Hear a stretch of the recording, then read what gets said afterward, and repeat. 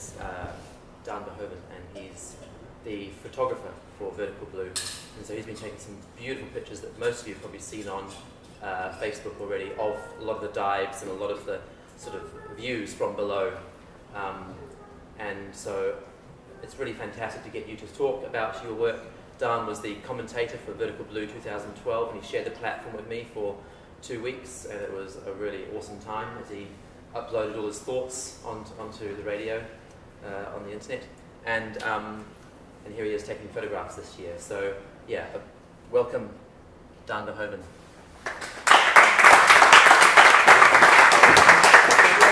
Just the arrow, the cursor to the right. Good afternoon. Thank you for having me, Sam. It's funny that you call it deep anatomy, because I like to talk a little bit about that word, deep. It's got many facets. You can have deep conversations or deep pockets, usually not a combination of the two. You can be deeply in love or fall into a deep depression. You can look deep in the eyes of somebody and touch their soul deeply. You can have a deep voice or listen to Deep Purple. You can go deep into a cave or deep into sleep. And you can take a deep breath and dive deep into the deep blue sea. Or you can have deep thoughts. So you can be deep both literally and figuratively, deep both physically and metaphysically. And I'd like to focus on that last bit. Because I've been thinking about the word deep and deeper since the year 2006. I'd like to explain why. My father was a professor in metaphysics, and when he died in 2001, it was on the news, and he was described as the most original thinker in Holland, and in a way the deepest man in Holland. And when he died, he left us, my sister and me, a biography of 3,750 titles, 3,750 published works. And as I was going through his works, I discovered even more stuff. I discovered 5 folders of 200 essays that hadn't been published yet. So I started copying these essays, and I saw that he worked every day from the time that he was about 8 or 9. He started writing things down, and he wrote down dates on them. And every day he wrote and wrote. And it was an inherent need for him to write every day, and think every day, and process those thoughts every day. So I deal with this enormous quantity of work.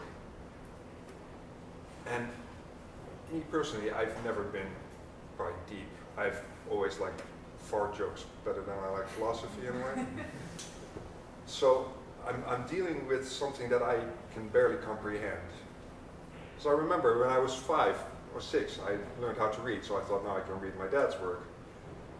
And I got stuck on like the first sentence, and I didn't understand it at all. I tried again when I was 12, and not much better.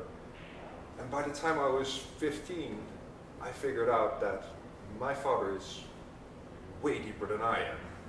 I'm never going to get to that level. I'm never quite going to be able to get that deep.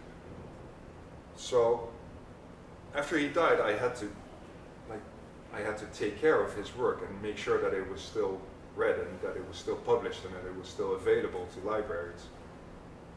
And the load of that work and barely being able to do it kind of sent me, and missing him at the same time, kind of sent me into a depression. And it was about as deep as I could get, I figured at the time.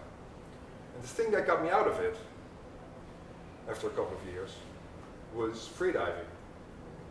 I discovered something that I could play with, that I could actually naturally do.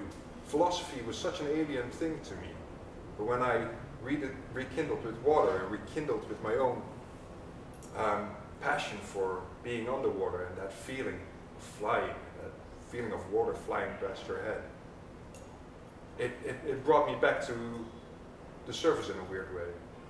So, and because, you know, for freediving you need to train a bit, so you get healthier and you take better care of your diet, and all of those things help you also pull yourself out of a depression. So by 2006, I'd been freediving for a year, and for some reason, mostly because I'm Dutch, and the Dutch aren't very deep freedivers at the time, all of a sudden, I set a national record. So my dad was the deepest man, metaphysically, in Holland, and all of a sudden, I'm the deepest man, physically, in Holland. And that kind of baffled me, because, you know, I drown in the first page of Heidegger, and my dad couldn't swim at all. And yet both of us go deep into, we end up being the deepest. So I'm starting thinking, like, what is it that connects us, other than genetics, you know? Like, okay, I look physically a little bit like my dad. I regretfully have his knobbly knees, and I got his nice hands. But I didn't get his brain at all. And so I keep wondering, like, there must be something that connects us, why we both go deeper. And one of the things I think I got from him was looking back on those 200 unpublished essays, and if you just, because I copied them all, and it was thousands and thousands of copies, and after a while you started noticing, like, he must have really loved this. He must have really loved doing this. And I connected that to, like, the hours and hours of training I put in. And I never thought of it as training. I never went there to set a record or anything. I just loved being underwater. And I thought, that's the thing, isn't it? You do what you love. It's a passion.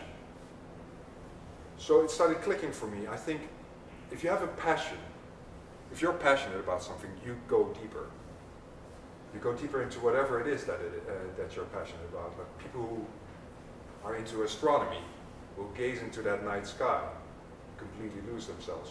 People who collect stamps can completely lose themselves in their connection. And that's kind of what I'm thinking, where the physical and the metaphysical kind of meet each other, is when you, and we've all been there, when you follow your passion, or you do something you really love, there comes that moment when you lose yourself. And I reckon that if you go deep enough, you reach a sort of a core where metaphysical and physical words and images, it's all kind of the same, it's all one. So, yeah, that's what I came to say.